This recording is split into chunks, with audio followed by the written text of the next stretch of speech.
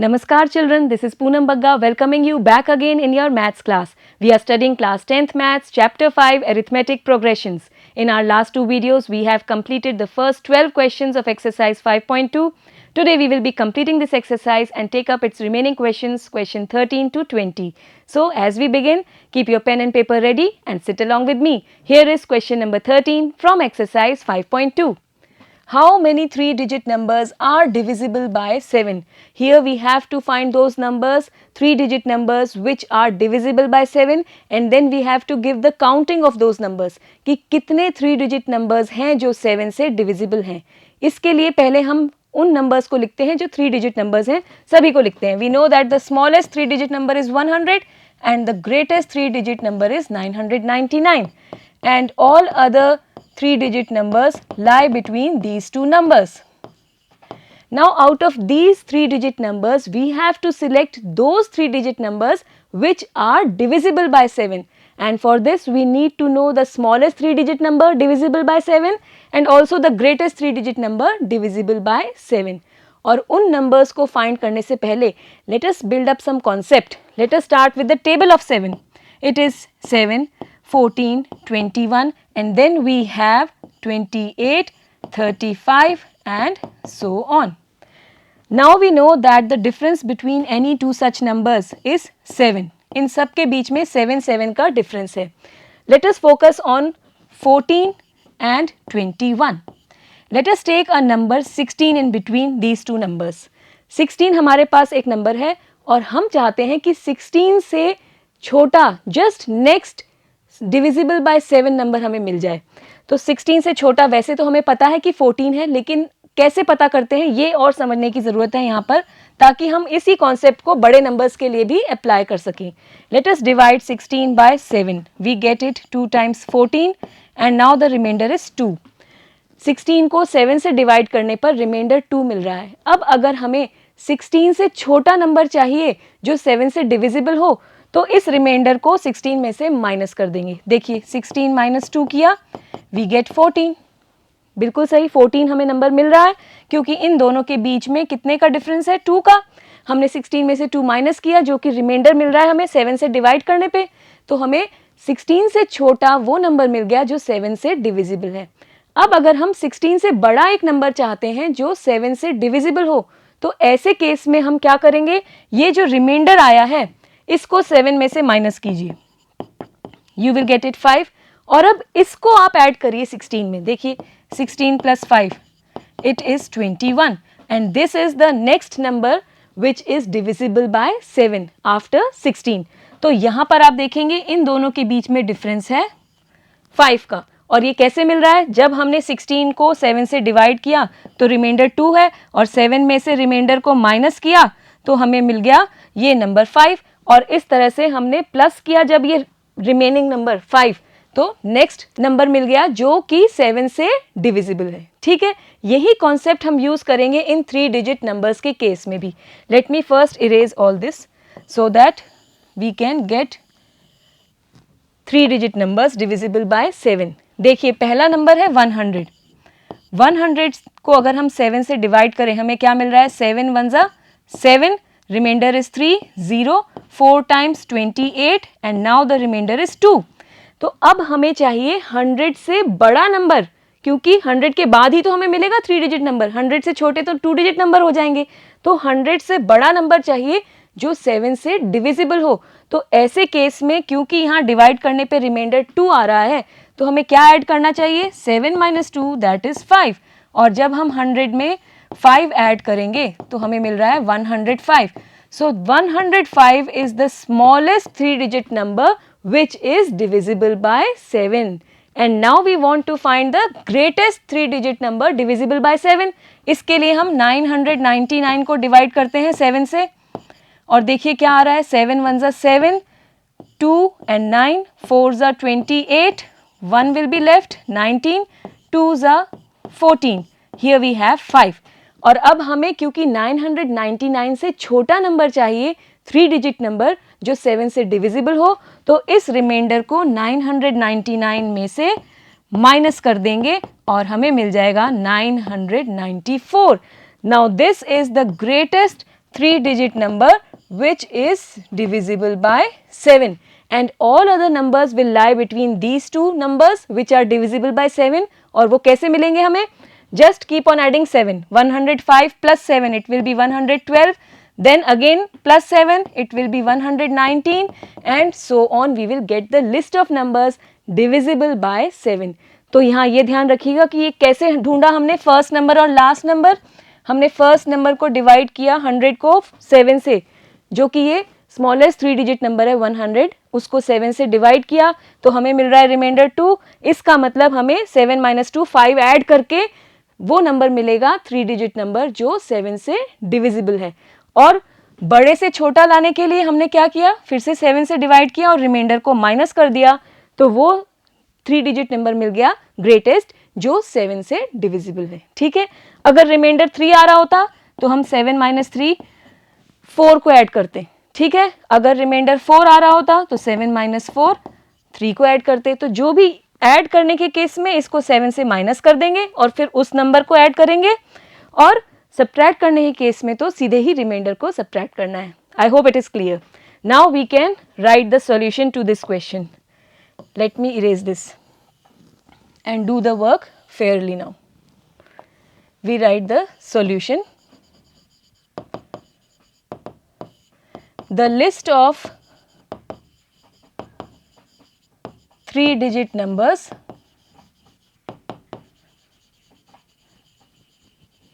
divisible by 7 is, first number will be 105, then we have 112, 119 and in the end we have 994. अब हमें ये list तो मिल गई है, एक एपी मिल रहा है यहाँ पे देखिए, जिसमें सभी 3-digit नंबर्स हैं और सभी 7 से डिविजिबल हैं. अब हमें इनकी काउंटिंग चाहिए कि कितने हैं गिनने में. तो उसके लिए let us first write that this is an AP with first term A equal to 105. देखिए 105 तो फर्स्ट टर्म हो गई और कॉमन डिफरेंस हो गया आपका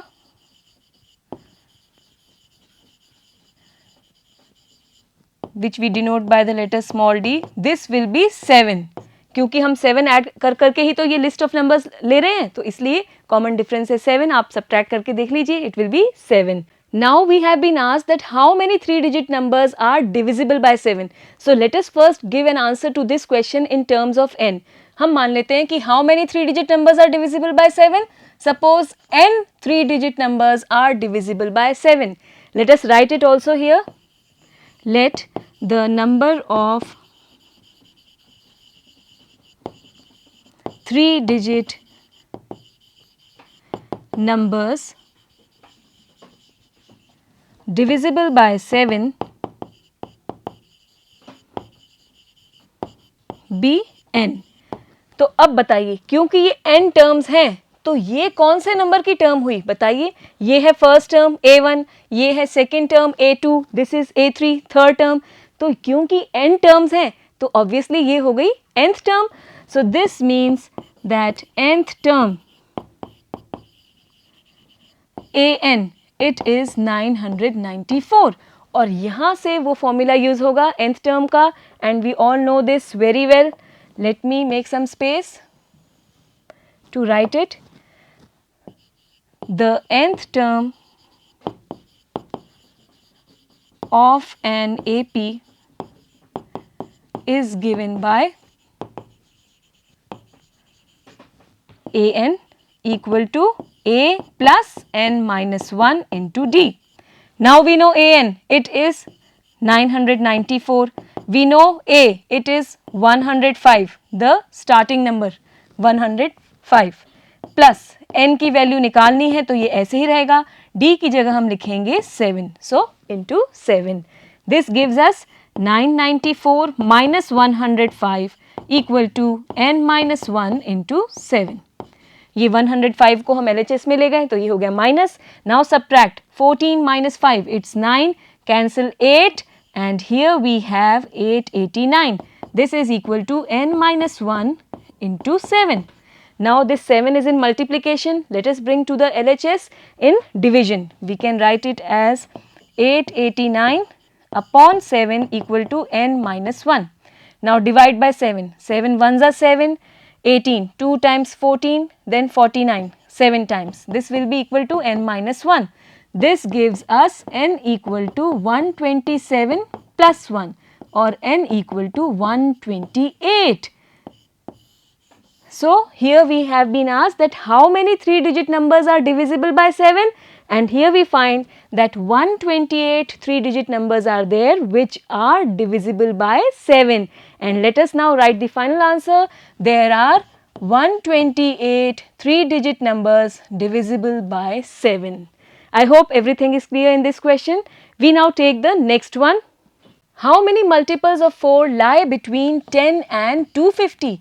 So here we have to now find the multiples of 4 which lie between 10 and 250. Let us write them and then we will understand the question slowly, step by step. First step is to write the list of numbers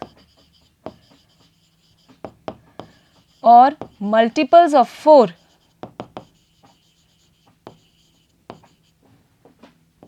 lying between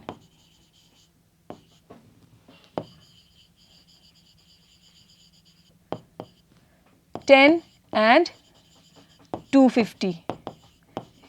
It is the first number. What should it be? 10. 10 is not divisible by 4. 11 is also not divisible. 12 is divisible by 4 and also 12 is a multiple of 4. तो हमारा पहला number हो जाएगा 12. Then the next number will be 16. Keep on adding 4. Then the next will be 20. Then 24, 28 and so on. और अब last number क्या होना चाहिए इस लिस्ट ऑफ नंबर्स का? देखिए 250. Is it divisible by 4? 4 से डिवाइड करके देखिए, you will get it 4 6 are 24, 1 and 0, 2 times 8 and 2 will be the remainder. तो रिमाइंडर 0 नहीं है इसलिए 250 तो 4 का मल्टीपल नहीं है और ना ही 4 से डिविजिबल है. तो यहाँ पर क्योंकि हमें 250 से छोटा नंबर चाहिए जो 4 से डिविजिबल हो, उसके लिए हम इस रिमाइंडर को 250 में से माइनस करेंगे. We get it as 248. Now 248 is that number which is a multiple of 4 and also less than 250. This is the list of numbers which are multiples of 4 and also these numbers lie between 10 and 250. Now you will see that this is an AP with first term. First term बताइए क्या हो गई इसकी?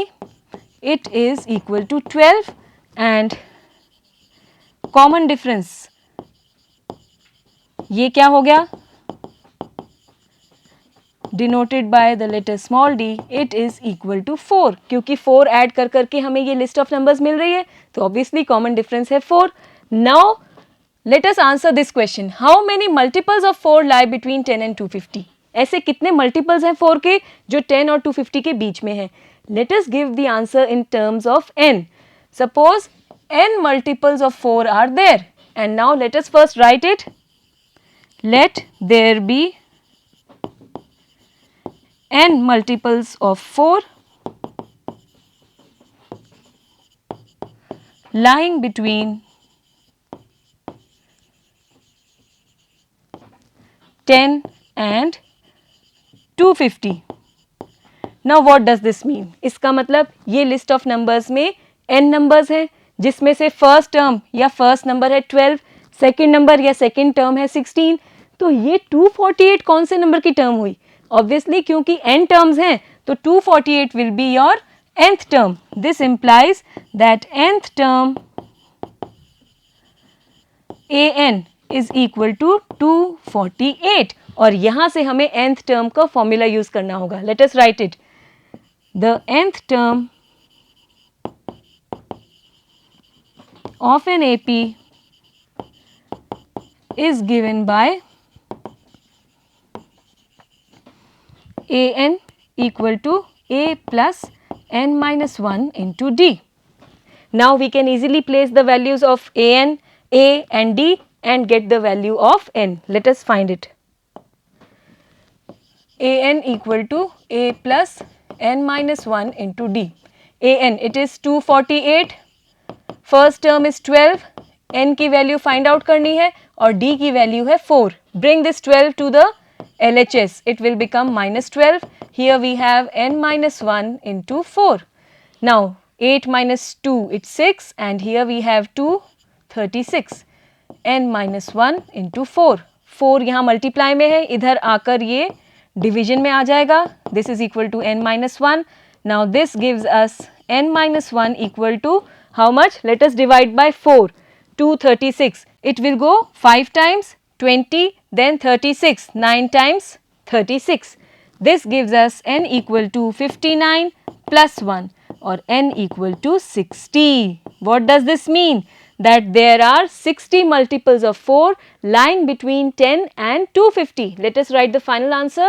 There are 60 multiples of 4 lying between 10 and 250. Let us recall how we have done this question. हमारे पास पूछा था कि multiples of 4 चाहिए 10 और 250 के बीच में और उसकी काउंटिंग चाहिए हमें.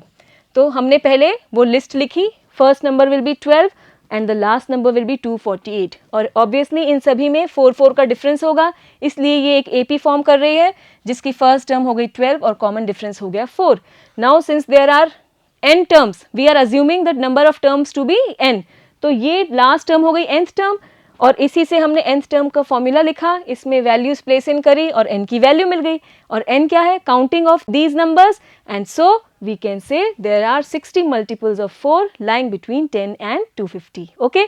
Next we have, for what value of n are the nth terms of two APs 63, 65, 67 and so on and this one equal.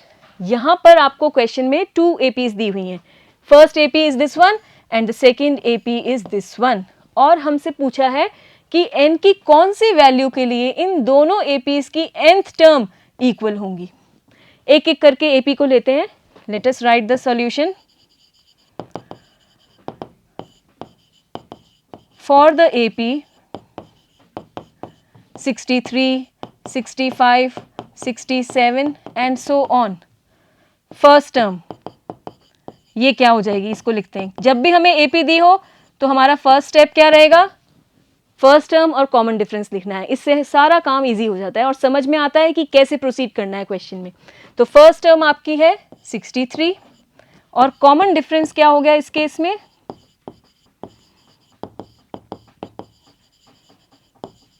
It will be given by A2 minus A1. कोई भी दो लगातार terms को subtract कर लीजिए. Next term में से previous term minus करके हम easily common difference find out कर सकते हैं. And here we will take it as A2 minus A1. 65 minus 63, this is equal to 2. Now we are talking about the nth term. So nth term of this AP, it will be given by A plus n minus 1 into D. The value of A, it is 63 plus n minus 1 and D is 2. Now let us open this bracket. 63 plus 2n minus 2. 2 को n से multiply किया 2n और फिर 2 को minus 1 से multiply किया minus 2. Now 63 minus 2, it will be 61 plus 2n. This is the nth term in case of the first AP. Now let us take the second AP. Let me make some space.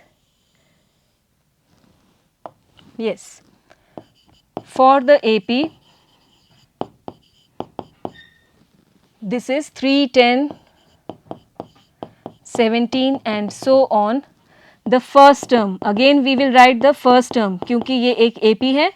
Let us give it the symbol A dash. This will be equal to 3 and the common difference, let us give the symbol D dash. क्योंकि अब यहाँ इस question में दो APs हैं तो हमने दो अलग अलग सिंबल यूज किए. इस केस में A और D और इस केस में A dash और D dash and it will be 10 minus 3, A2 minus A1. This is equal to 7. ठीक है. Now again let us write the nth term. nth term की बात हो रही है दोनों ही APs के लिए. So nth term an dash, this will be given by A dash plus n minus 1 into D dash. Now A dash is 3 plus n minus 1 into 7. This gives us 3 plus 7n minus 7. हमने 7 को n से multiply किया 7n और फिर 7 को -1 से किया तो -7. This gives us 3 minus 7 plus 7n. This is equal to -4 plus 7n, or we can write it as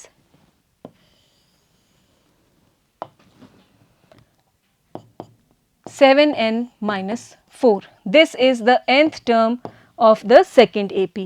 Now it has been given that the nth term of both these APs are equal. So we write here, taking the nth terms of both APs equal, we get an equal to a dash n. ये हो गई दोनों ही nth terms equal. अब देखिए first case में nth term है 61 plus 2n, तो उसको यहाँ लिख लेते हैं. और सेकेंड केस में है 7n minus 4.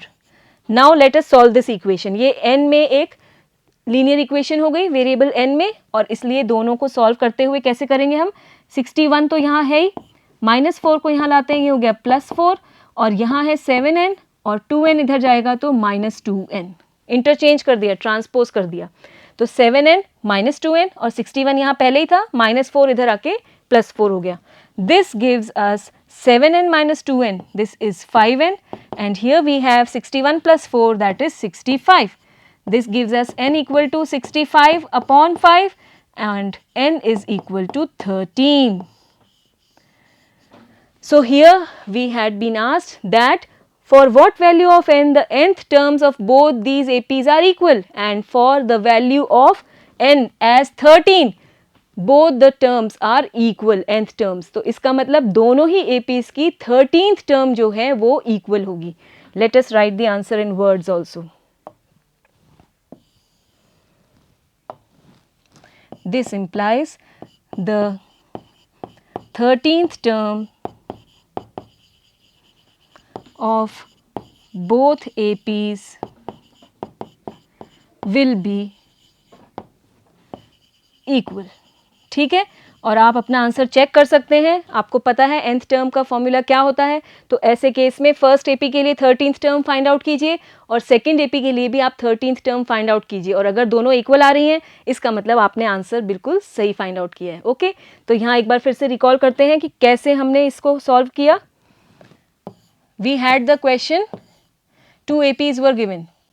For what value of n are the nth terms of 2 APs equal. तो हमने पहली एपी ली, उसके केस में फर्स्ट टर्म और कॉमन डिफरेंस फाइंड आउट किया और nth टर्म लिख दी. इस तरह से सॉल्व करते हुए सेकंड एपी ली, उसके लिए भी फर्स्ट टर्म कॉमन डिफरेंस लिखते हुए nth टर्म लिखी. और अब क्योंकि दोनों ही एपीज की nth टर्म इक्वल है तो उनको इक्वल रखने से हमें n की वैल्यू मिल गई 13, और इसका मतलब 13th टर्म है जो दोनों एपीज में इक्वल है, या कह लीजिए for the value of n as 13 the nth terms of both APs are equal. Okay, next we take question number 16. Determine the AP whose third term is 16 and the 7th term exceeds the 5th term by 12. Let us first assume the first term of the AP to be A and the common difference let it be D. Now according to the question, let us write whatever has been given. According to the question, जो भी कुछ यहाँ words में दिया है question में उसे हम सिंबल्स को यूज करते हुए एक इक्वेशन फॉर्म में लिखते हैं. देखिए क्या है. Third term is 16, this means that A3 is 16, यही दिया हुआ है. और क्या दिया है, 7th term exceeds the 5th term by 12. इसका मतलब 7th और 5th टर्म के बीच में जो डिफरेंस है वो है 12. 7th टर्म 5th टर्म से इस नंबर 12 से ज्यादा है, बड़ी है. कितनी, बाय दिस नंबर 12. तो यहाँ हम लिख सकते हैं A7 minus A5 this is equal to 12, दोनों के बीच का डिफरेंस. ठीक है, अब हम इनको एक्सपैंड करते हैं using the formula for nth term. Let us write it. The nth term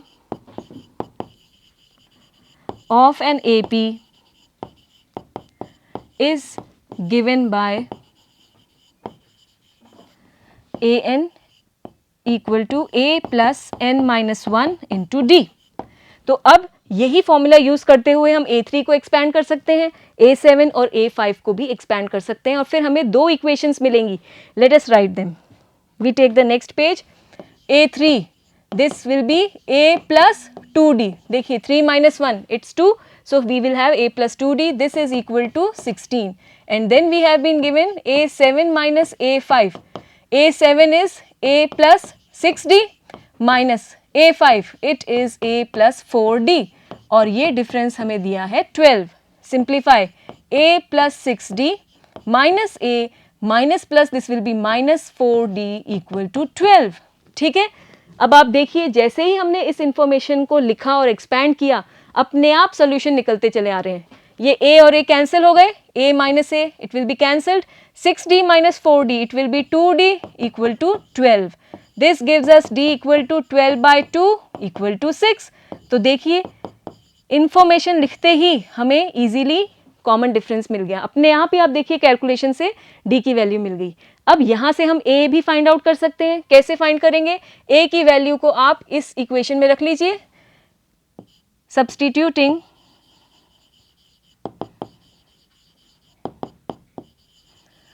d equal to 6 in equation number 1. Let us give it number 1.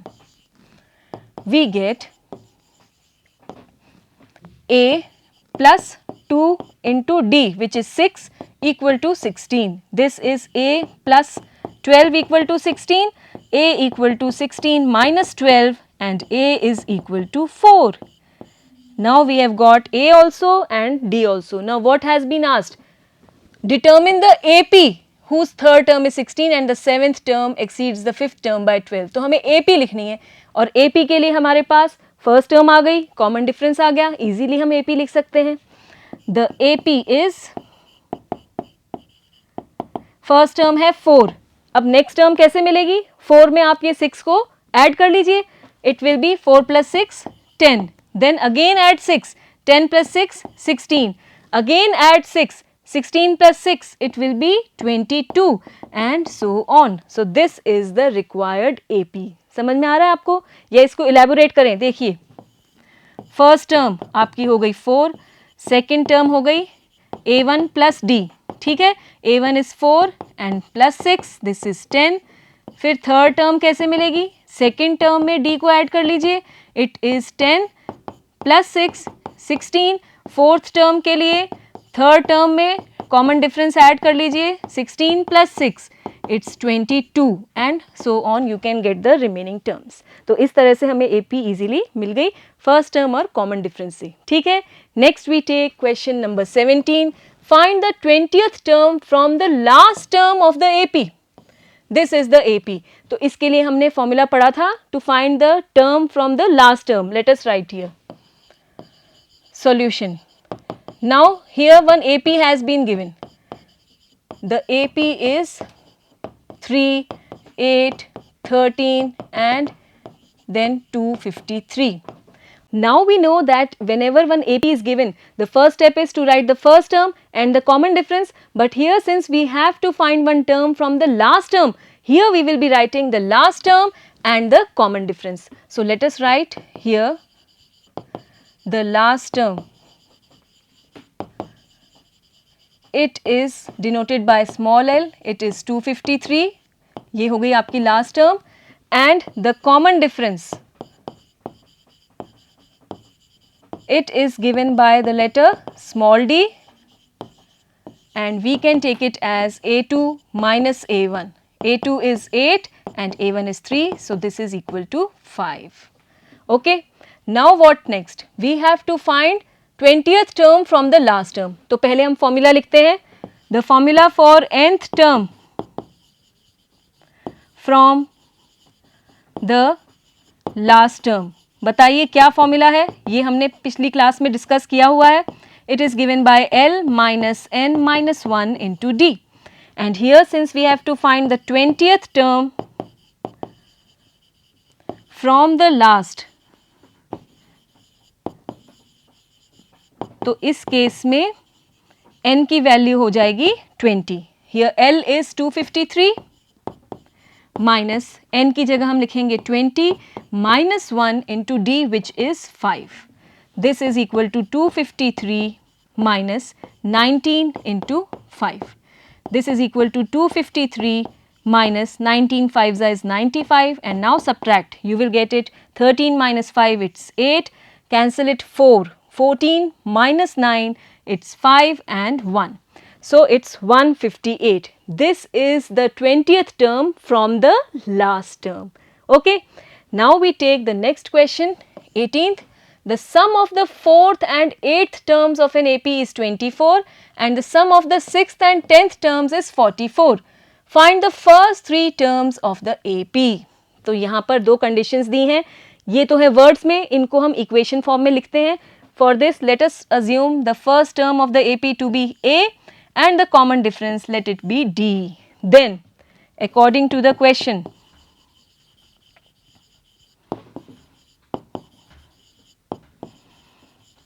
we have been given the sum of 4th and 8th term A4 plus A8. This is equal to 24. ठीक है? And what has been given else? It has been given sum of 6th and 10th terms A6 plus A10. This is equal to 44. यहाँ पर अब हम इनको expand करेंगे using the formula for nth term और फिर हमें दो इक्वेशंस मिलेंगी जिनको हम एलिमिनेशन मेथड से सॉल्व करेंगे. A और D की वैल्यूज फाइंड आउट करेंगे और फिर हम AP की फर्स्ट 3 टर्म्स को इजीली लिख पाएंगे. Okay, here we will be using the formula. The nth term of an AP is given by an equal to a plus n minus 1 into d. ये formula use करते हुए A4, A8, A6, A10 को expand करते हैं. Let us take a new page. We know A4 plus A8. This is A plus 3D plus A plus 7D. This is given as equal to 24. This implies that A plus A 2A and 3 plus 7 it's 10D equal to 24. यहाँ पर 2, 10 और 24 तीनों ही 2 से divisible हैं तो 2 से divide करते हैं. This will give us A plus 5D equal to 12. This is the first equation. Also we have been given that A6 plus A10 is 44. A6 gives us A plus 5D and A10 is A plus 9D. This is equal to 44. ठीक है, हमने वही formula use करते हुए यहाँ पर इनको expand कर दिया. देखिए 6 minus 1 is 5 और यहाँ पर 10 minus 1 it's 9. Now A plus A it is 2A and 5D plus 9D it will be 14D. This is equal to 44. Again we can divide by 2. A plus 7D equal to 22. This is the second equation. Now we need to solve these two equations. Elimination method use करते हैं.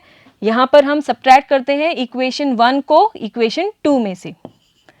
Subtracting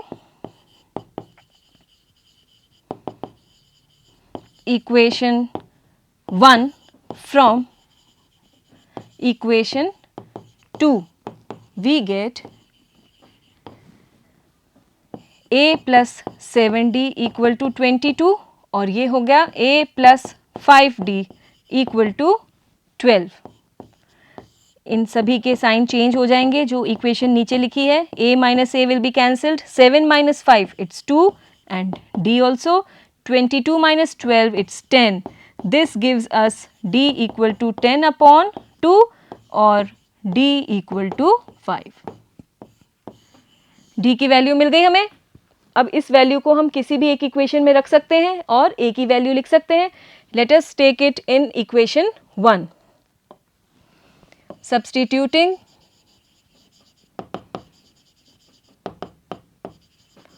D equal to 5 in equation 1 we get A plus 5D equal to 12. ये है हमारी first equation.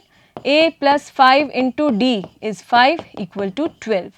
a plus 25 equal to 12. a equal to 12 minus 25 and this gives us a equal to minus 13. अब हमें first term भी मिल गई है और common difference भी पता है हमें, it is 5 and the first term is minus 13. तो अब AP की फर्स्ट 3 टर्म्स हमसे पूछी हैं, इजीली लिख सकते हैं. The first 3 terms of AP are, first term it will be A itself which is minus 13. second term ये कैसे मिलेगा, A1 में कॉमन डिफरेंस को ऐड कर लीजिए, minus 13 plus 5 it is minus 8 and then the third term it will be A2 plus D. Second term में common difference add करेंगे, minus 8 plus 5 it will be minus 3. Therefore the AP is minus 13 then minus 8 and then minus 3 and so on we can write. In this way we get the answer. Okay, I hope it is very much clear. यहाँ पर बस हमें यही करना है कि question में जो भी इंफॉर्मेशन दी है उसे पहले इक्वेशन फॉर्म में रिप्रेजेंट कर लेंगे और फिर ये फॉर्मूला यूज़ करते हुए हमने एक्सपैंड कर दिया और 2 इक्वेशंस मिल गई हमें, लीनियर इक्वेशंस A और D के केस में, और फिर उनको सॉल्व करते हुए हमें D और A की वैल्यूज़ मिल गई और इसके साथ ही हमने AP की फर्स्ट 3 टर्म्स भी लिख ली हैं. Okay, next is question number 19. Subba Rao started work in 1995 at an annual salary of rupees 5,000 and received an increment of rupees 200 each year. In which year did his income reach rupees 7,000? यहाँ पर सुब्बा राव जी की बात हो रही है जिनकी starting salary थी आपकी 5,000 रुपीज़ 1995 में और हर साल एक इंक्रीमेंट लग रहा है 200 रुपीज़ का और पूछा है कि कौन से ईयर में उनकी सैलरी हो जाएगी रुपीज़ 7,000. तो ये एक केस है एरिथमेटिक प्रोग्रेशन का जहाँ पर स्टार्टिंग वैल्यू ये तो हो गई फर्स्ट टर्म और हर साल जो इंक्रीमेंट मिल रहा है एक्चुअली ये नंबर बार बार ऐड अप हो रहा है इस नंबर पे, तो इसलिए ये है कॉमन डिफरेंस. तो यहाँ पर आप रिलेट कर पा रहे होंगे एक एरिथमेटिक प्रोग्रेशन को इस केस से. और हमें पूछा है कि कौन से ईयर में 7,000 हो जाएगी सैलरी. तो हम क्या आंसर देंगे कि मान लीजिए nth ईयर में सैलरी हो गई 7,000, तो यहाँ पर हमें क्या फाइंड आउट करना है, n की वैल्यू. ठीक है, ये हो जाएगा an आपका nth टर्म. nth ईयर में हम मान रहे हैं कि सैलरी है 7,000, तो ये हो गई आपकी nth टर्म और फिर हम सॉल्व करेंगे. Late us write here salary in the year 1995 it's rupees 5,000. Salary in the year 1996, अब ये कितनी हो जाएगी, इंक्रीमेंट हमें पता है, increment per year it is rupees 200. तो अब आपकी 1996 में हो जाएगी salary rupees 5,000 plus rupees 200. This will be equal to rupees 5,200. फिर अगले ईयर 1997 में कितनी सैलरी हो जाएगी, फिर से 200 ऐड कर लीजिए, it will be rupees 5,200 plus rupees 200. This will be equal to rupees 5,400. इसी तरह से आप बाकी सैलरीज भी निकाल सकते हैं और आप देखेंगे कि सक्सेसिव ईयर्स में जो सैलरीज हैं वो क्या हो जाएंगी, रुपीज़ 5,000, फिर रुपीज़ 5,200, फिर rupees 5,400.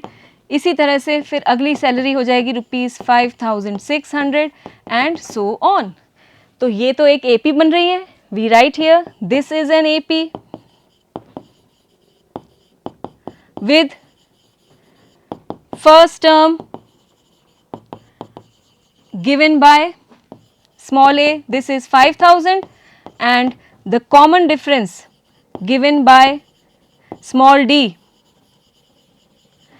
it is written as 200. ठीक है, ये एक AP हो गई. अब हमसे पूछा है कि in which year his income reach rupees 7,000. तो हम मान लेते हैं let the income reach rupees 7,000 in nth year. This means that nth term an, this is equal to 7000. यहाँ पर हम nth term का formula use कर सकते हैं. This means a plus n minus 1 into d, this is equal to 7000. अब a की value हमें पता है, it is 5000 plus n minus 1 into d is 200, this is equal to 7000. This gives us n minus 1 into 200 equal to 7000 minus 5000 हो जाएगा. ये 5000 इधर आके माइनस हो गया. So n minus 1 into 200, this is equal to 2000. Now n minus 1 is equal to 2000 upon 200. Cancel the two zeros, this will go 10 times. So n is equal to 10 plus 1 or n is equal to 11. This means that in 11 years the salary will reach rupees 7000. But here what has been asked? In which year? हमें year भी बताना है. अभी हमें ये जो salary दी है ये तो दी है 1995 में और हमसे पूछा है year भी. तो time या year बताने के लिए हम consider करते हैं ये वाली AP. To find the year we consider the AP 1995, 1996, 1997 और इस तरह से इसकी 11th टर्म फाइंड आउट करेंगे. क्योंकि हमारा टाइम है 11 ईयर्स तो इसलिए हम इसकी 11th टर्म फाइंड आउट करेंगे. We see it is an AP with first term 1995 and common difference D given as 1. देखिए 1 1 का गैप है और ये है हुई A the first term. Now 11th term we have to find the 11th term. Since n is 11 here, we can write here n is equal to 11. So 11th term A11, it will be given by A plus 10D. A is your 1995 in this case plus 10 into 1. This is 1995 plus 10. This is 2005. So in the year 2005 the salary will reach rupees 7000. We can write here in the year 2005 the salary will reach rupees 7000. Okay, I hope the question is clear. Next we take one more question. Question 20. Ramkali saved rupees 5 in the first week of a year and then increased her weekly savings by rupees 1.75. If in the nth week her weekly savings become rupees 20.75, find n. Now here one AP is getting involved. What do you see here? First week में Ramkali rupees 5 save कर रही है तो ये क्या हो गया? First term A.